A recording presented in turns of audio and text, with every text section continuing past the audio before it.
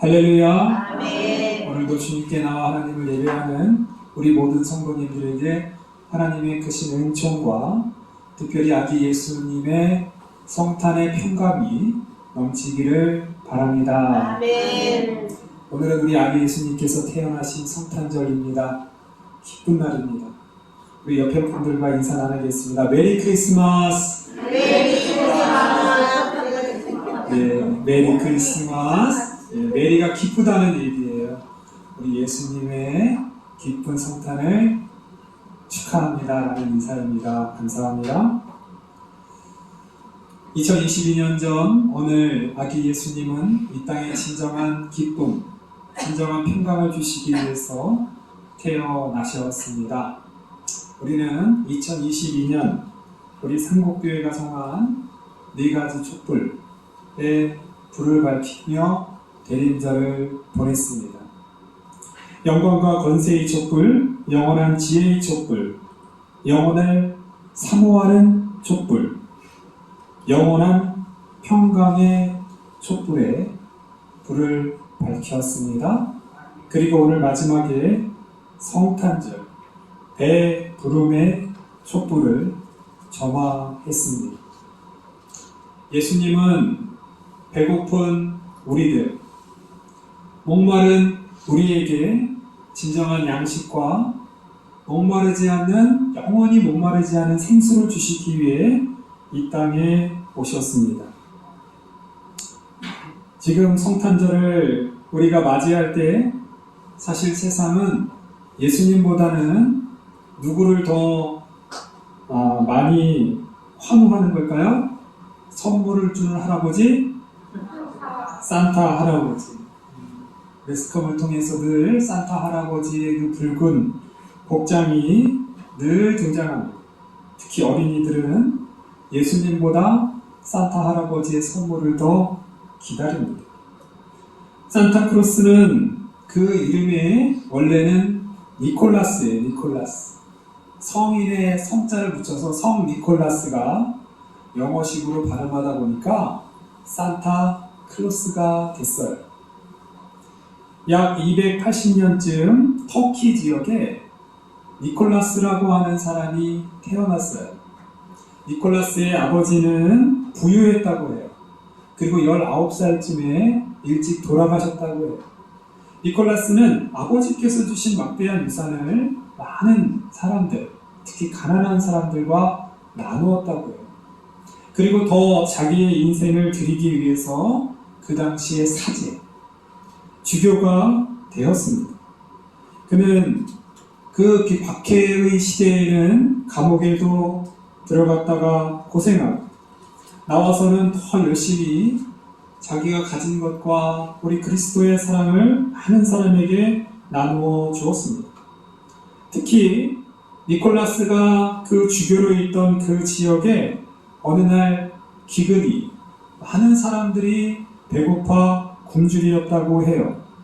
그때 교황에게 바치는 그런 식량을 담은 배가 그렇게 풍랑 때문에 그 해안가에 온 거예요. 밀려온 거예요. 니콜라스 주교는 거기에 있는 식량을 좀 나눠주십시오. 마을 사람들이 굶주리고 있습니다. 그랬더니 안 됩니다. 이거는 교황에게 바치는 겁니다. 니콜라스는 제가 해결할게요. 제가 교황한테 얘기해서 잘 말해줄 테니까 제발 좀 나누어 주십시오. 그래서 그 선원들 선장을 잘 설득해서 그 식량을 나눠줬다고 해요. 나중에 배를 타고 다시 그들이 이제 교황에게로 가는데 가는 도중에 살펴보니까 그 나눠줬던 식량이 분명히 줄어야 되는데 하나도 줄지 않았더라. 니콜라스의 그런 일화들에는 이런 많은 그런 기적과 같은 일들이 있습니다. 니콜라스의 이 기적 나누어 주었는데 줄지 않고 그대로였더라. 오늘 본문에 나와 있는 오병이어의 기적과 굉장히 비슷합니다. 인간이 살아가는 데 있어서 가장 중요한 것은 뭐니 해도 뭘까요? 사람이 살아가고 생존할 때 우리에는 의식주라는 것이 있지만 그 의식주 중에서 가장 중요한 것은 먹는 거죠. 먹는 것. 먹는 것이 없으면 당장 살아갈 수 없어요. 유명한 철학자는 사람이 무엇을 먹느냐가 바로 그 사람이 무엇인가를 결정한다라고 말을 했어요. 우리나라는 다른 나라들에 비해서 발효 음식이 많이 들어가요. 발효 음식. 그렇죠? 우리 성도님들, 우리 김장을 하고 그 배추에 그 발효된 그 음식을 우리는 겨울 양식으로 씁니다. 또한 늘 우리는 된장, 청국장 이렇게 발효된 것들로 요리를 합니다. 그 발효된 그 요리를 하면 그것이 면역력을 굉장히 좋게 한다 그래요. 그래서 예전에 있었던 사스라든가 메르스라든가 또한 현재 이 코로나 바이러스에서도 특히 우리 한국 사람들이 면역력이 참 좋다라고 말합니다. 음식의 중요한 건 질이에요. 그렇습니다. 질이 좋은 음식, 깨끗하고 건강한 음식을 먹으면 사람은 건강해집니다. 그런데 사실은 더 중요한 거는 어쨌든 양이 있어야 된다는 거예요. 아무리 질 좋은 음식이 있더라도 그 양이 적으면 오히려 넉넉하고 그렇게 우리의 힘을 줄 수 있는 그 양이 중요하죠. 우리는 특히 우리나라의 역사 가운데 가장 배부른 시대를 지금 살아가고 있다라고들 말합니다. 과거에 어떤 시대도 어떤 때도 지금 우리처럼 지금 이때처럼 배부르지 않았습니다. 우리 성도님들 불과 우리 상곡교회 57년 이곳에 세워질 때 그때만 해도 지금처럼 넉넉하지 않았잖아요. 그때 우리 성도님들께서는 이렇게 밥을 하시면서 그 쌀을 한 줌씩 이렇게 쌀통에 한 곳에 그릇에 모아서 그것을 이렇게 성미로 해서 교회에 바치는, 교회에서는 교역자가 그걸로 살았습니다. 쌀 한 톨을 귀중하게 여기며 사실 그것도 힘들고 그 보릿고개에는 없어서 또 나무의 껍질도 그 다음에 그런 풀로 이렇게 연명했던 시대가 불과 5, 60년 전이었습니다. 지금도 전 세계적으로 볼 때는 우리와 같이 똑같이 사는 사람들이 있어요. 꽤 많이 있습니다. 지금 이 시대, 우리가 살고 있는 이 오늘의 가장 큰 문제는 빈부의 격차다라고 생각합니다. 인류는 지금 식량을 어떻게 하면 더 많이 생산할까를 노력하기보다는 어떻게 하면 이 식량을 모든 인류가 공평하게 나눌까를 더 고민해야 될 것 같습니다. 왜냐하면 식량이 남아도입니다. 현재 우리 세계에서 생산해 나는 이런 식량의 양은요, 전 지구가 다 먹고도 풍족할 만큼 생산된다는 거야. 그러나 문제는 그것이 한쪽에만 있는 겁니다. 그걸 나누지 않으니까 아직도 전 세계에는 배고프고 굶주리는 사람들이 참 많다는 거예요. 오늘 오병이에요. 굉장히 중요한 기적 이야기예요. 공간복음, 사복음, 오병이어는 빼놓지 않아요. 예수님께서 행하셨던 기적 중에 가장 큰 기적이라면 오병이어의 기적이에요. 오병이어의 기적은 한 아이의 보리떡 5개, 물고기 2마리의 나눔으로 시작됐다는 거예요. 나눔. 오병이어를 우리 성도님들 집에 가서 가만히 한번 보세요. 어떻게 시작됐는지. 많은 사람들이 예수님의 말씀을 듣다가 굶주릴 때요, 예수님께서 먼저 그들에게 꼭 얘기를 해요. 너희가 먹을 것을 나누어. 그렇게 시작합니다. 제자들이 아니 우리가 어떻게 해요? 우리가 무슨 돈이 있어서 이 많은 사람들을 먹이겠습니까? 오늘 요한복음은요, 빌립이라고 하는 사람에게 예수님께서 빌립아, 우리가 어디서 떡을 사서 이 많은 사람들을 먹일까? 라고 먼저 묻는데요, 이것은 시험하는 거다 라고 얘기를 해요. 빌립은 200데나리온 떡인데 그것도 좀 부족할 거고요, 그 정도 돈 우리 없습니다 라는 게, 우리는 할 수 없다라는 게 빌립의 대답이에요. 그때 옆에 있던 안드레가 한 아이가 가진 보리떡 5개, 물고기 2마리가 여기 있습니다 라고 예수님께 가져온 거예요. 거기서부터 시작해요. 다른 복음서에서도 한 아이, 이 작은 보리떡 5개, 물고기 2마리, 한 아이의 점심 식사 정도 되는 그런 작은 떡도 그렇게 큰 거 아니에요. 어린이가 먹을 정도의 아주 작은 거예요. 그거를 예수님께 갖고 오자 예수님께서는 기뻐하시면서 그래 됐다, 그거면 충분하다라는 듯이 사람들을 앉게 해요. 50명씩 100명씩 그렇게 둥그렇게 앉게 해요.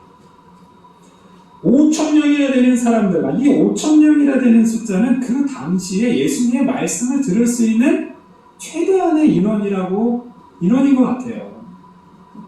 그 당시에 어떤 시설적인 그런 야외에서 이 5,000명을 넘어서면 예수님의 말씀도 들을 수 없고 수용할 수 없습니다. 그 사람들이 둥글게 또 앉으니까 너무 많아 보이는 거죠. 예수님께서는 그 아이가 가져온 그 떡, 그것을 가지고 축사하시고 그들에게 나눠주었다. 그들이 원하는 대로 주었다는 거예요. 그들이 배불리 먹을 수 있도록 원하는 대로 계속 줬다는 거예요. 그냥 조금 주고 약간 시장만 면하는 것이 아니라 계속 줬다는 거예요. 12절, 그들이 배부른 후에, 네 복음서가 다 배불렀다는 표현을 했어요. 배불렀다. 그냥 조금 먹은 게 아니라 그들이 실컷 먹었다는 거예요. 원 없이 먹었다는 거예요. 그렇게 먹고 나서도 12조각이 남았더라. 요한복음은요, 오병이어의 기적을 굉장히 자세하게 다뤄요. 다른 복음서에서는 그냥 조금 다루는데, 요한복음이 오병이어의 기적을 요한복음 6장 전체로 다룹니다. 그 이야기가 어떤 의미를 가지고 있는지에 대해서 예수님께서 요한복음 6장에 길게 설명을 해줘요. 그러니까 이 요한복음에 나와 있는 오병이어의 기적은 요한복음을 기록한 저자에게는 굉장히 중요한 사건이라는 거예요. 무엇보다도 이 요한복음의 이 이적을 가만히 살펴보면 6월절 가까이 이루어졌다. 6월절 가까이. 이스라엘 백성은 6월절 전날에는 6월절 식사를 합니다. 식사.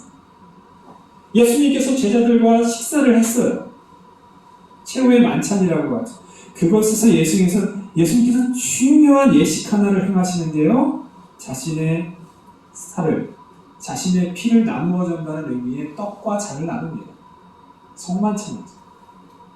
오늘 요한복음 6장을 보면 예수님의 성만찬을 그대로 지금 이걸 빗대어서 이렇게 말씀하고 있다는 것이 보여요. 특히 12절을 보면요, 12절에 예수님께서 제자들에게 남은 조각을 거두고 버리는 것이 없게 하라라고 말씀했어요. 왜 예수님께서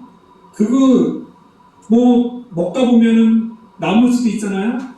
또 사람이 또 먹다 보면은 그 먹다 남은 떡들은 뭐 버릴 수도 있고 그렇잖아요. 많으니까.